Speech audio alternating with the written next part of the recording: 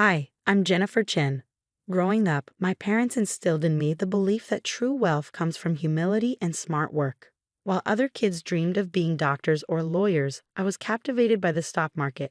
By 12, I was devouring investment books and obsessively tracking market trends, much to my parents' bewilderment. Sweetie, maybe you should spend more time with your friends. My mom would suggest, eyeing me over stacks of financial reports. This is fun for me, Mom, I'd reply without looking up. Did you know Warren Buffett bought his first stock at 11? She chuckled, shaking her head. Just promise me you won't forget to live while you're planning your empire. That promise grew harder to keep as my hobby turned into a passion and eventually expertise. By 16, I was managing a modest portfolio with my savings and allowance. Winning a full scholarship to study finance at Harvard felt like destiny. At Harvard, I met Michael. He was studying business administration, charming, ambitious, and aiming to climb the corporate ladder. We met during finals week, both reaching for the same economics textbook. Ladies first, he said with a warm smile. I laughed. Thanks, I'm Jennifer. Michael. Maybe we could study together. What began as a shared study session blossomed into daily coffee dates, then a relationship. Unlike others I'd met, Michael admired my ambition. You're going to dominate the business world, he'd say, watching me dissect market trends. Any company would be lucky to have you. What he didn't know was that I wasn't planning to work for anyone else. My scholarship covered everything, so I funneled my earnings into investments. By graduation, my portfolio had grown exponentially. But I kept it quiet. I wanted success on my terms, not as the girl with the trust fund. Michael landed a prestigious job at Sterling Industries, a major tech firm in Boston, while I chose to work independently. When I declined several high-profile offers, Michael was skeptical. Are you sure? He asked. These are dream opportunities. I have my own plans, I replied with a smile. Trust me. A year later, we got married in a modest ceremony. Michael's mother, Patricia, was less than thrilled with my career choice. Investment consulting, she'd sneer. Is that even a real job? I smiled, recalling my parents' advice about staying humble. By then, my portfolio was worth over $50 million, strategically diversified and quietly making me one of Sterling's largest individual shareholders. Though no one, not even Michael, knew. Michael thrived at Sterling, rising through the ranks to work under James Wilson, the arrogant VP of operations. Wilson was infamous for his outdated views, especially about women. The problem with modern marriages, he'd say at company events, is women forgetting their place. Michael would laugh awkwardly, avoiding confrontation. It irritated me, but I let it slide until the annual executive party. Sterling was unveiling restructuring plans, and as a key shareholder, I had a vested interest in attending. Are you sure you want to come? Michael asked. These events can be dull for non-employees. I think it's time I took a closer look at your work, I replied, carefully applying my makeup. I chose a classic black dress, pearl earrings, and my grandmother's vintage watch, a talisman in every major decision I'd made. The hotel ballroom buzzed with chatter as we arrived. Crystal chandeliers glittered overhead, and the scent of champagne lingered in the air. Michael led me to James Wilson, who was holding court near the bar. Jennifer. Michael. James called, raising his glass. We were just discussing Sterling's exciting new direction. Cutting R&D for short-term profits, I asked, feigning innocence. Doesn't innovation drive sustainable growth? James's smile faltered. Ah, the little wife has opinions on business, does she? Laughter rippled through the group. Michael shifted uncomfortably. She likes to read the financial news, he said quickly. Honey, maybe we should grab some drinks. But James wasn't done. Sterling's biggest problem, he announced loudly, is too many voices from people who don't understand real business, like housewives who think reading the Wall Street Journal makes them experts. The crowd chuckled, but I noticed the CEO, Thomas Richards, watching with interest. My husband, once so proud of my intelligence, stared at his shoes. Before I could speak, a familiar voice interrupted. Actually, James, you might want to rethink that. Sarah Martinez, my private banker and confidant, stepped forward, her smile sharp. Should I explain, Jennifer, or would you like to? James's smug expression faltered. What's going on here? I straightened, feeling my grandmother's watch against my wrist. The time had come. Since you're so concerned about shareholder value, James, I said, my voice calm, perhaps we should discuss the report I'm presenting at Monday's board meeting, the one outlining why your restructuring plan will fail. James turned crimson. Board meeting. What are you talking about? CEO Richards stepped forward, his expression thoughtful. Jennifer Chen, JC Holdings. I knew the name sounded familiar. I smiled. Surprise. Strategic anonymity can be a powerful tool. What's going on? Michael whispered, his face pale and voice trembling. Sarah stepped forward, her tone cutting through the silence. Your wife, she announced to the room, owns 51% of Sterling Industries shares. And no, she doesn't spend her days shopping.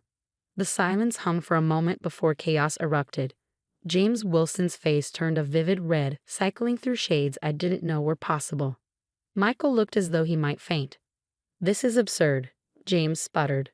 There must be some mistake. Sarah, ever composed, tapped on her tablet. I can show you the documentation if you'd like. I have all the records right here. CEO Richards stepped forward, a slight smile tugging at the corners of his mouth. That won't be necessary, Sarah. I've suspected as much for some time. The board has been impressed with Mrs. Chen's insights and recommendations for years. James turned to him, stunned. You knew. Of course, Richards replied smoothly. Why do you think your restructuring plan hasn't been approved? Mrs. Chen raised significant objections. Michael finally found his voice, though it wavered. Jennifer. How? When? I met his wide-eyed gaze. Perhaps we should continue this conversation somewhere more private, I suggested, glancing at the growing crowd of onlookers. My office is just upstairs, Richards offered. Shall we? The elevator ride was oppressively silent. Michael alternated between glancing at me and staring at the floor, while James seethed. Sarah, steady as ever, stood by my side, a quiet but unwavering presence. Richard's office was expansive, with panoramic views of the Boston skyline. As we took our seats, James immediately claimed the chair nearest Richard's desk, as if proximity could restore his authority. Well, Richards began, leaning back in his chair, this has been an eventful evening. Eventful? James exploded. This is outrageous. She can't possibly. She can and does. Sarah interrupted, laying documents on the desk. Jennifer Chen, through carefully managed investment vehicles, controls 51% of Sterling Industries. She's been building her position over the past 5 years. Michael's expression morphed from confusion to hurt. 5 years? But we've been married for 3. I started investing in Sterling before we met. I explained evenly. The company had potential but needed modernization. I saw an opportunity. Modernization? James sneered. Yes, James, I replied calmly. Modernization. Like fostering innovation instead of getting R&D. Like respecting your employees instead of perpetuating a toxic workplace. Richards leaned forward. Mrs. Chen's recommendations have been instrumental in shaping our strategy. Her analysis has consistently outperformed expectations.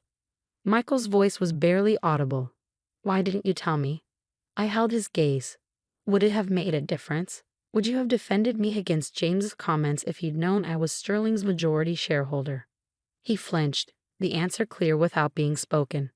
This is preposterous, James barked, rising from his chair. I've dedicated 15 years to Sterling. You can't just turn it into a toxic environment where innovation and talent are stifled. I interrupted. James, your restructuring plan would destroy this company. The board won't be supporting it, Richards cut in. In fact, we need to discuss your future with Sterling. My future? James looked stricken. Yes, I said, standing to meet his glare. Your leadership is outdated, your strategies are short-sighted, and your conduct unacceptable. Sterling deserves better. You can't fire me, James shouted. You're just a majority shareholder, Sarah interjected coolly. And yes, she can. Michael remained frozen, his expression unreadable. You told me you were consulting, he murmured. You said it was small scale. I never lied, I said softly. I just didn't tell you everything. Would you have respected my decisions if I had? James erupted again, pointing at Michael. She's tearing us apart. Women like her. That's enough, Richard snapped, his tone sharp. James, you'll receive the details of your separation package tomorrow. Please leave. James stormed out, slamming the door behind him. Sarah excused herself, leaving me alone with Michael and Richards. Mrs. Chen, Richards began, will you be taking a more active role in the company? Yes, I replied firmly, starting with a comprehensive review of our culture and leadership. Michael finally spoke, his voice cracking. And what about us? I turned to him, my voice steady. That depends. Are you ready to see me as an equal, or am I still just the little wife you asked to stay quiet at company events? I need time, he stammered, standing abruptly. This is all too much. He left, and I watched his retreating figure. Richards cleared his throat. Family and business rarely mix well. True, I said, exhaling deeply, but principles shouldn't be compromised. The days that followed were a whirlwind. James's firing made headlines, Sterling Industries, a shakeup at the top. The stock price dipped briefly before recovering as my vision for the company became public. Michael stayed with his parents, processing everything. His mother left a string of hostile voicemails, which I deleted without hesitation. My focus remained on transforming Sterling, revitalizing R&D, implementing work-life balance policies, and fostering innovation. A week later, Michael returned. He looked worn, his usual polish replaced by exhaustion. Can we talk? He asked hesitantly. I gestured to the chair across from my desk. He sat, then immediately stood again, pacing nervously. I've been thinking about everything, he began. About us, about work. And? I prompted. I was wrong, he admitted, his voice low. I let James and others disrespect you. I should have stood up for you. I was so focused on my career that I forgot what really matters. I watched him for a moment before replying. Change doesn't come through words, Michael. It comes through actions. Are you ready to show me that you see me as your equal? He nodded, determination flickering in his eyes. Yes, I am. I waited silently, giving him space to continue. But you weren't completely honest either, Michael added after a moment. You kept such a huge part of your life hidden from me. How are we supposed to have a real marriage with secrets like that? You're right, I admitted, keeping my voice calm. I should have trusted you with the truth. But Michael, ask yourself, why didn't I feel I could? He sank into the chair, his hands running through his hair. Because I showed you I couldn't be trusted. Every time I laughed at James's jokes, every time I told you to stay quiet. I proved I cared more about office politics than supporting my wife. The next few weeks tested everything, my marriage, my resolve, and my ability to steer Sterling Industries through massive change. James Wilson hadn't gone quietly. He hired a lawyer and threatened to sue for wrongful termination, and his allies within the company whispered behind my back. She's tearing down our traditions, they muttered in the break room. This is what happens when you let emotions run a business, others sneered. But facts don't lie.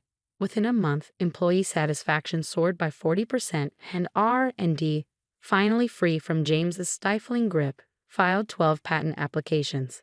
The stock price climbed steadily, proving that my changes were more than just radical. They were necessary.